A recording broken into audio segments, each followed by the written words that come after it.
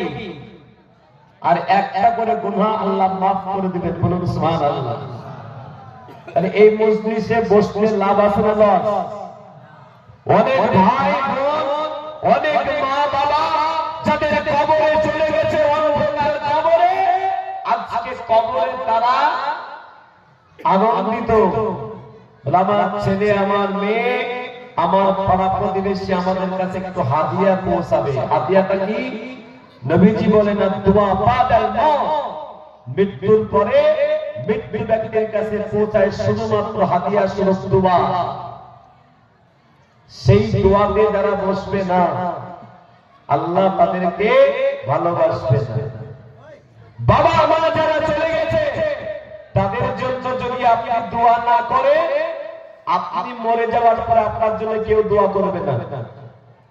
কথাটা বুঝলেন না? বুঝলেন না? একদম এটা হিসাব করা কথা বলছি, হিসাব করে কথা বলবো আজকে আপনাদের।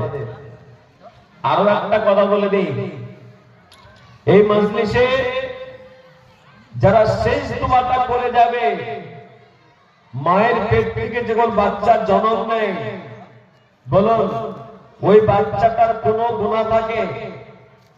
কি বলে ওকে? নিষ্পাপ, বেগনা। ওই বাচ্চাটা নেই। যারা শেষ দোয়াটা করে যাবে, আল্লাহ তাদেরকে ওই মাসুম শিশুর ন্যায় বানিয়ে দেন। বলুন সুবহানাল্লাহ।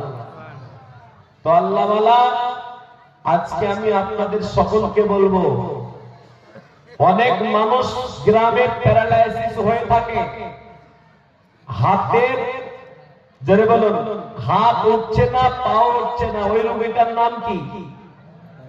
তো ওই রোগীদের জন্য প্রত্যেকটা মঞ্চে আমি দোয়া করি, আল্লাহ তাদের সুস্থ করো। আর আমাদের যাদেরকে আল্লাহ হাত ওঠানো, পা ওঠানো শক্তি দিয়েছ, আল্লাহ তুমি আমাদের এই মারাত্মক রোগে আক্রান্ত করো না। আর আল্লাহর দেওয়া শক্তিতে আমরা হাত উঠিয়ে বলি যে 1-1.5 ঘন্টা আপনারা শুনবেন না 2 ঘন্টা? যদি বলেন 1 ঘন্টা না 1.5 ঘন্টা? 2 ঘন্টা। তো 2 ঘন্টা কারা কারা শুনবেন হাত তুলে দেখান। ওই পেছনের লোক হাত উঠায় না। এ বাবা, আল্লাহর দেওয়া শক্তিতে তুমি যদি না উঠাও, আল্লাহ এই শক্তি কেড়ে নেবে না? জি ভাবছেন এখন আমার শক্তি ঠিক আছে, কেড়ে যদি নেবে, তোমার কোনো ওষুধ কাজ হবে না।